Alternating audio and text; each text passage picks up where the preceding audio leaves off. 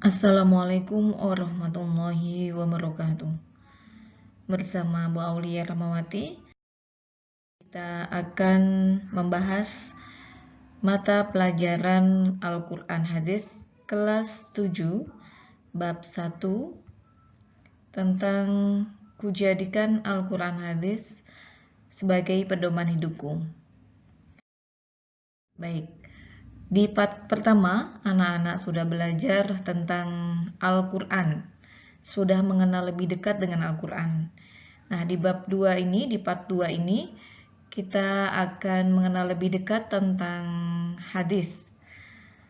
Baik, indikator pencapaian pada pertemuan kali ini adalah peserta didik mampu yang pertama, mengurai pengertian hadis. Kemudian, mengeneralisasi fungsi hadis terhadap Al-Quran.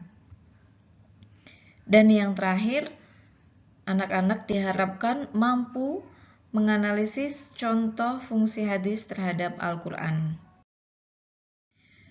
Baik, kita mulai dari pengertian hadis.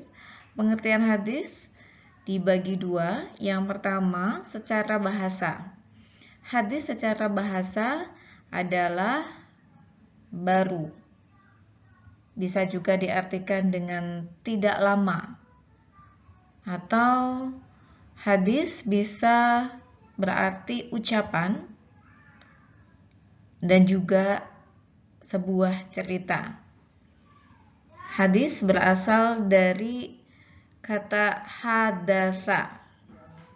Baik. Pengertian hadis secara istilah adalah segala sesuatu yang berasal dari Nabi Muhammad SAW, baik berupa perkataan, perbuatan, dan juga ketetapan. Berikutnya dari pengertian hadis secara istilah tadi, dapat kita ketahui macam-macam hadis. Yang pertama yaitu hadis qauli, yakni hadis yang dinisbatkan dari perkataan Nabi Muhammad SAW. Yang kedua hadis fi'li, yakni hadis yang dinisbatkan dari perbuatan Nabi Muhammad SAW. Dan yang ketiga adalah hadis takriri, yakni ketetapan yang dinisbatkan kepada Nabi Muhammad SAW. Dari bermacam-macam hadis tadi, akan kita bahas fungsi hadis terhadap Al-Quran. Sebagaimana anak-anak ketahui bahwasanya hadis merupakan hukum Islam yang kedua setelah Al-Quran. Dan keberadaan hadis ini sangat penting ketika mendampingi Al-Quran. Apa saja fungsi hadis terhadap Al-Quran ini? Yang pertama, yakni mengukuhkan hukum yang sudah ada di dalam Al-Quran. Kemudian yang kedua, merinci atau menjelaskan hukum yang masih bersifat mujmal atau umum. Yang ketiga, membatasi hukum Al-Quran, ya ini yang dimaksud ya, hukum Al-Quran yang masih bersifat mujmal atau umum. Kemudian yang terakhir adalah menetapkan hukum yang belum ada di dalam Al-Quran. Baik, jika anak-anak mungkin kurang paham apa yang dimaksud dengan mengukuhkan, membatasi, menjelaskan, merinci, baik langsung saja kita ke contoh agar anak-anak lebih bisa mengerti lagi. Yang pertama adalah contoh fungsi hadis yang mengukuhkan hukum yang sudah ada di dalam Al-Quran. Di sini akan Bu Aulia contohkan hadis yang diriwayatkan oleh Tirmidzi. Untuk fungsi mengukuhkan biasanya adalah mengukuhkan atau menguatkan ayat-ayat Al-Quran yang membahas tentang ketakwaan. Begitu pula ini contoh di sini di hadis riwayat Tirmidzi ini, qala Rasulullah SAW, ittaqillaha haitsu ma kunta wa bi'is sayyi'ah al-hasanah tamhuha wa khaliqin nas bi khuluqin hasanin. Bertakwalah kepada Allah dimanapun kau berada, Dan hendaknya setelah melakukan kejelekan, engkau melakukan kebaikan yang dapat menghapusnya, serta bergaullah dengan orang lain dengan akhlak yang baik. Hadis riwayat Tirmidzi ini mengukuhkan Quran surat Ali Imran ayat 102 yang juga membahas tentang takwa. Ya ayyuhalladzina amanu ittaqullaha haqqa tuqatih wa la tamutunna illa wa antum muslimun. Hai orang-orang yang beriman, bertakwalah kepada Allah sebenar-benar takwa kepadanya, dan janganlah sekali-kali kamu mati melainkan dalam keadaan beragama Islam. Baik, kita menuju ke contoh berikutnya, yakni fungsi hadis merinci atau menjelaskan hukum yang di dalam Al-Quran yang masih bersifat mujmal atau umum. Di sini Bu Aulia akan memberi contoh sebuah hadis yang diriwayatkan oleh Bukhari. Di sini Rasulullah bersabda, Rasulullah SAW qala, "Shollu kama ra'aitumuni usolli." Sholatlah kalian sebagaimana kalian melihatku sholat. Jadi ini adalah sebuah pelajaran yang diajarkan oleh Nabi Muhammad kepada para sahabat bagaimana tata cara sholat. Jadi Rasulullah mengajarkan kepada para sahabat untuk menirukan bagaimana beliau sholat. Mengapa Rasulullah bersabda seperti ini? Karena di dalam Al-Quran, di sini Bu Aulia kasih contoh menjelaskan ayat Al-Quran, Quran surat An-Nisa ayat 103. Di dalam Quran surat An-Nisa ayat 103 ini hanya diperintah untuk mendirikan sholat.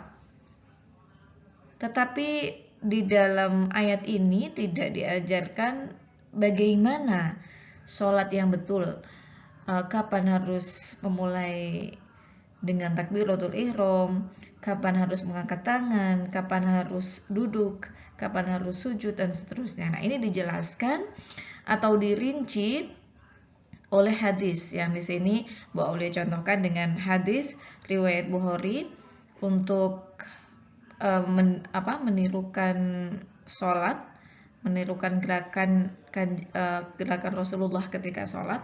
Di sini anak-anak bisa memahami hadis riwayat Bukhari ini termasuk dalam hadis riwayat hadis fi'li dari macam-macam hadis ini.